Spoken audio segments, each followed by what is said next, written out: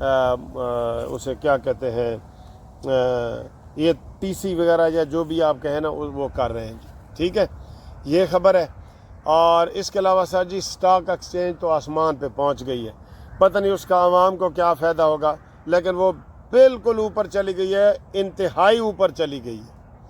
پوری دنیا میں امریکہ کی بھی اسٹاک ایکسچینج نیچے گئی ہے, انڈیا کی نیچے گئی ہے, ہماری اوپر جا رہی ہے. لیکن اس کا اللہ کرے عوام کو بھی کوئی فائدہ ہو. آج وہ وزیر خزانہ سے کسی نے سوال کیا کہ سر جی چینی گندم آپ کے قابو سے باہر ہو رہی ہے, گندم نیچے جا رہی ہے جو غریب کی ہے, اور چینی اوپر جا رہی ہے جو امیر کی ہے. سر فرق ہے نا. تو انہوں نے کیا جواب دیا, انہوں نے کہا جی ہمیں ان کو کنٹرول کرنا ہی نہیں چاہیے, ان کو ڈی ریگولیٹ کر دینا چاہیے, یعنی کہ آزاد کر دینا چاہیے. جیسے آلو گاجر مولی بھنڈی توری ہے نا, اسی طرح آزاد, کہ جب مارکیٹ میں آ جائے تو وہ اس کو جناب سستی ہو جاتی ہے, اور جب مارکیٹ سے غائب ہو جائے تو مہنگی ہو جاتی ہے. جیسے انڈے ڈبروٹی ہوتے ہیں, اس طرح کر کے انہوں نے تجویز دی ہے کہ اس کو ڈی ریگولیٹ کر دیا جائے. ٹھیک ہے, ہوں سب تو وڈی خبر, تیار ہو جاؤ سب تو وڈی خبر واسطے. کئی دفعہ چھوٹی چھوٹی چیزیں نا بڑی ہو جاتی ہیں.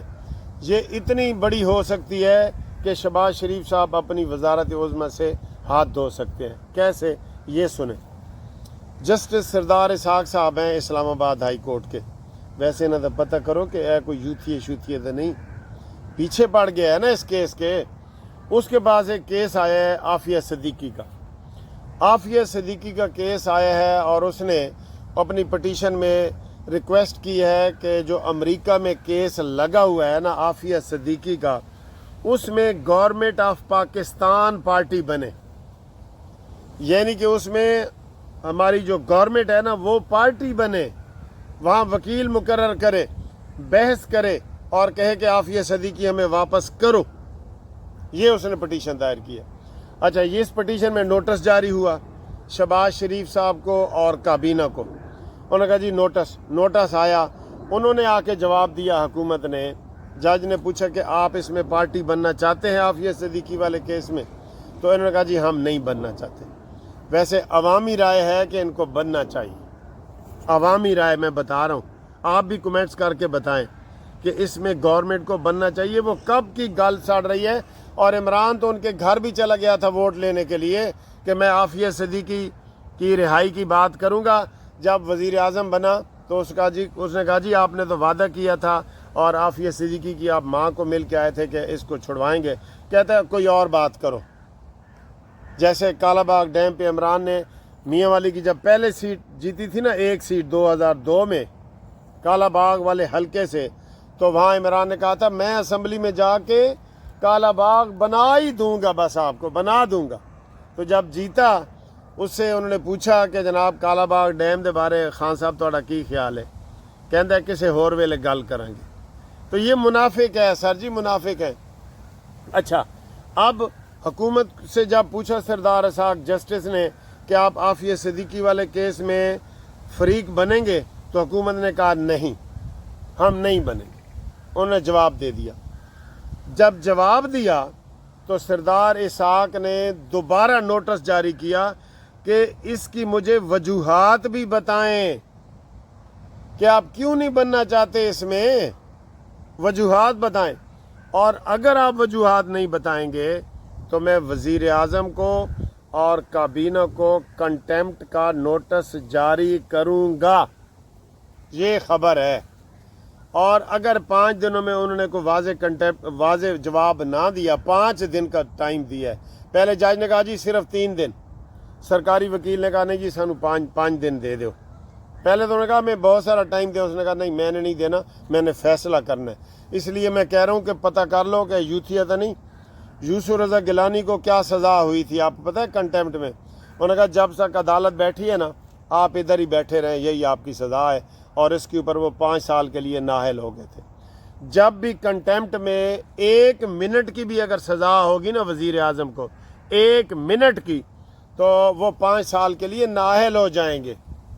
سمجھ گئے ہو؟ اس کا پتہ کریں یہ سردار اسحاق کون ہے, پتہ کرو. یہ سوئے نہ رہو، ستیاں دے کٹے جمدے نے کٹے، پھر کٹا جم گیا تو پھر تسی کہو کہ یار اے کی ہویا ہے۔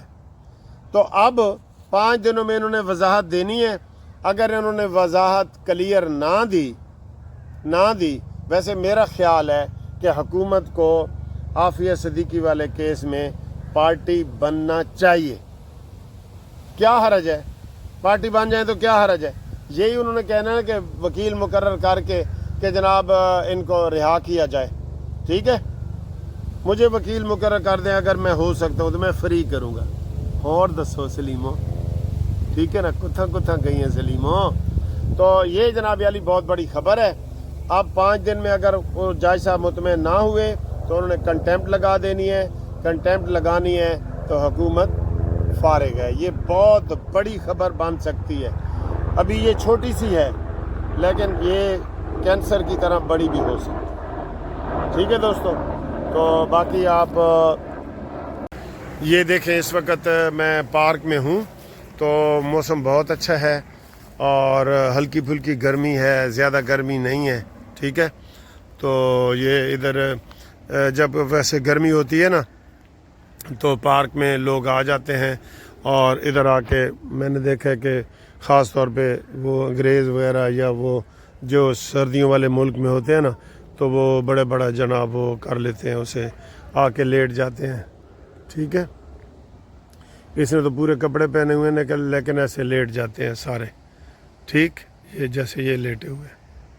تو یہ سر جی یہ موسم ہے، اور یہ اب آپ نے دیکھ لی ہے سارے حالات واقعات۔ تو اب تک کے لیے اتنا ہی ہے، آپ ہمیں اجازت دیں، اس کے بعد اگلی ویڈیو میں انشاءاللہ آپ کے ساتھ ملاقات ہوتی ہے ایک نئے پروگرام اور نئی گفتگو کے ساتھ۔ اللہ حافظ۔ ہاں 0300472572 منصف اوان ایڈوکیٹ سپریم کورٹ، قانونی مشاورت کے لیے رابطہ کریں۔ اللہ حافظ۔